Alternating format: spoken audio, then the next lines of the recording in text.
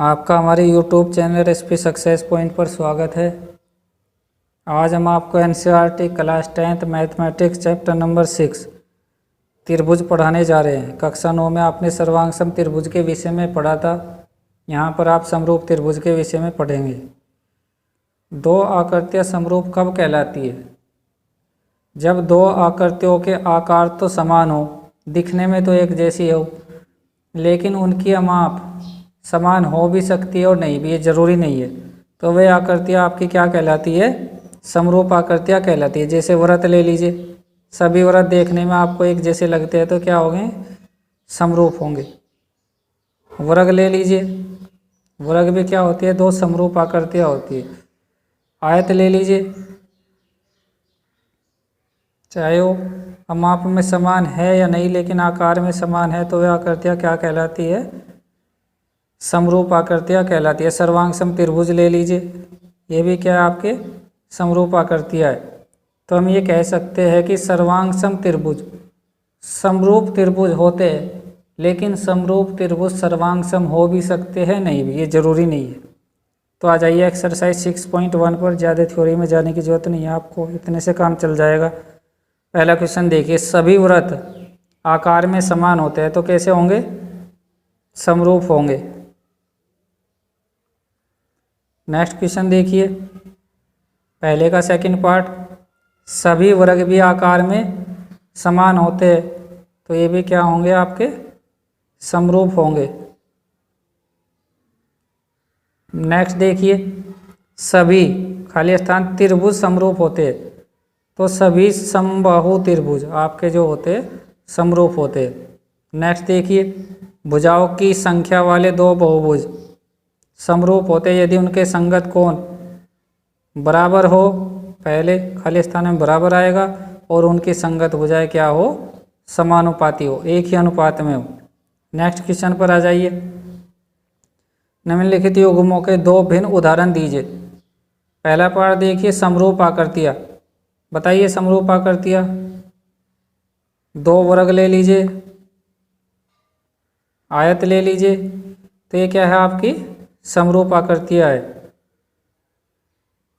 दूसरे पार्ट पर जाइए, ऐसी आकृतियाँ जो समरूप नहीं है। पहला उदाहरण ले लीजिए, विषमबाहु त्रिभुज और समबाहु त्रिभुज। दूसरा उदाहरण ले लीजिए, समबाहु त्रिभुज, समकोण त्रिभुज, तो ये क्या है? आपकी समरूप आकृतियाँ नहीं है। नेक्स्ट क्वेश्चन पर आ जाइए, बताइए कि निम्नलिखित चतुर्भुज समरूप है या नहीं। देखिए, पहला आपका क्या है? समांतर चतुर्भुज है, और सेकंड क्या है? आपका वर्ग है, क्योंकि इसकी चारों भुजाएं समान है और प्रत्येक कोण 90 डिग्री है, तो यह आकार में समान नहीं है, तो ये क्या है? आपकी समरूप आकृतियाँ नहीं है। प्रमेय 6.1 पर आ जाइए, काफ़ी इंपॉर्टेंट प्रमेय है, ध्यान से समझिए। यदि किसी त्रिभुज की एक भुजा के समांतर अन्य दो भुजाओं को भिन्न भिन्न बिंदुओं पर प्रतिच्छेद करने के लिए एक रेखा खींची जाए तो ये अन्य दो भुजाएं एक ही अनुपात में विभाजित होती है। देखिए क्या है इसका मतलब। कोई त्रिभुज ले लीजिए, A B C, B C के समांतर कोई रेखा खींचिए, इसको टी मान लीजिए। माना ये ए बी को पी पर प्रतिच्छेद करती है और ए सी को क्यू पर प्रतिच्छेद करती है। तो आपकी ये प्रमेय 6.1 क्या कहती है? आपका A P upon P B is equal to A Q upon Q C होगा। तो इस प्रमेय से ये हो जाएगा, इसके अपॉन ये हो जाएगा, और ए क्यू के अपॉन क्यू सी। प्रमेय 6.2 देखिए, यदि एक रेखा किसी त्रिभुज की दो भुजाओं को एक ही अनुपात में विभाजित करती है तो वह तीसरी भुजा के समांतर होती है। यह जो है आपके प्रमेय 6.1 का रेसिप्रोकल है, उल्टा है, कन्वर्ज है। तो देखिए क्या कहती है आपकी प्रमेय 6.1। कोई त्रिभुज ले लीजिए, मान लीजिए ये आपका त्रिभुज ए बी सी है। कोई रेखा ड्रा कीजिए, इसको टी मान लीजिए। माना ये ए बी को पी पर प्रतिच्छेद करती है और ए सी को क्यू पर। यदि आपका A P upon P B is equal to A Q upon Q C है, तो क्या होगा, आपकी जो रेखा टी है या पी क्यू मान लीजिए, पी क्यू आपकी बी सी के समांतर होगी। तो आपका जो 6.2 है 6.1 का उल्टा है, कन्वर्ज है। अब देखिए कुछ इनसे रिलेटेड क्वेश्चन देखिए। एक्सरसाइज 6.2 पर आ जाइए। आकृति 6.17 फर्स्ट और सेकंड में D E parallel to B C, D B C के समांतर है। फर्स्ट ई सी और सेकंड में ए डी ज्ञात कीजिए। देखिए पहली फिगर देखिए, इसमें क्या गिवन है आपको, फिगर आपके सामने है। सिंस किस प्रकार से आपको क्वेश्चन करना है, देखिए डी ई ये आपका समांतर का निशान है, D E parallel to B C ये आपको दिया हुआ है, डी सी बी सी के डी ई बी सी के पैरेलल है, इसलिए क्या होगा, पर में 6.1 से आपका A D upon D B is equal to A E upon E C, value put कर दीजिए।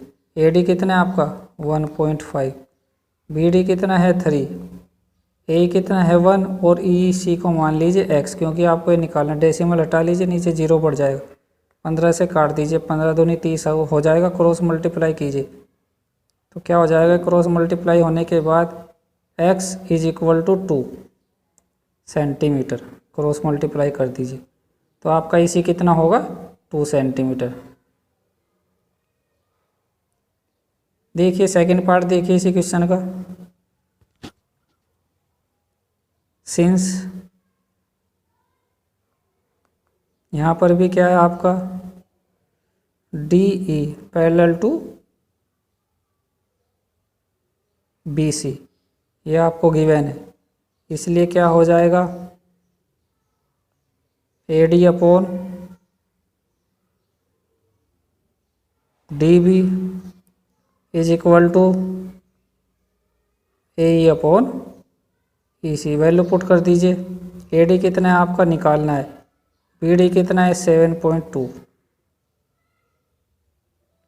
ए कितना है 1.8 और ये हो जाएगा आपका ई सी 5.4, डेसिमल से आपका डेसिमल हट जाएगा, 18 से काट दीजिए, 18 थी 54 हो जाएगा, तो x कितना जाएगा आपका 7.2, इधर अपोन में इधर बराबर से उधर जाने के बाद ऊपर चले जाएगा, 3 से काट दीजिए इसको, 3 दूनी 6, 3 चौके 12, कितना आ जाएगा आपका x 2.4 सेंटीमीटर।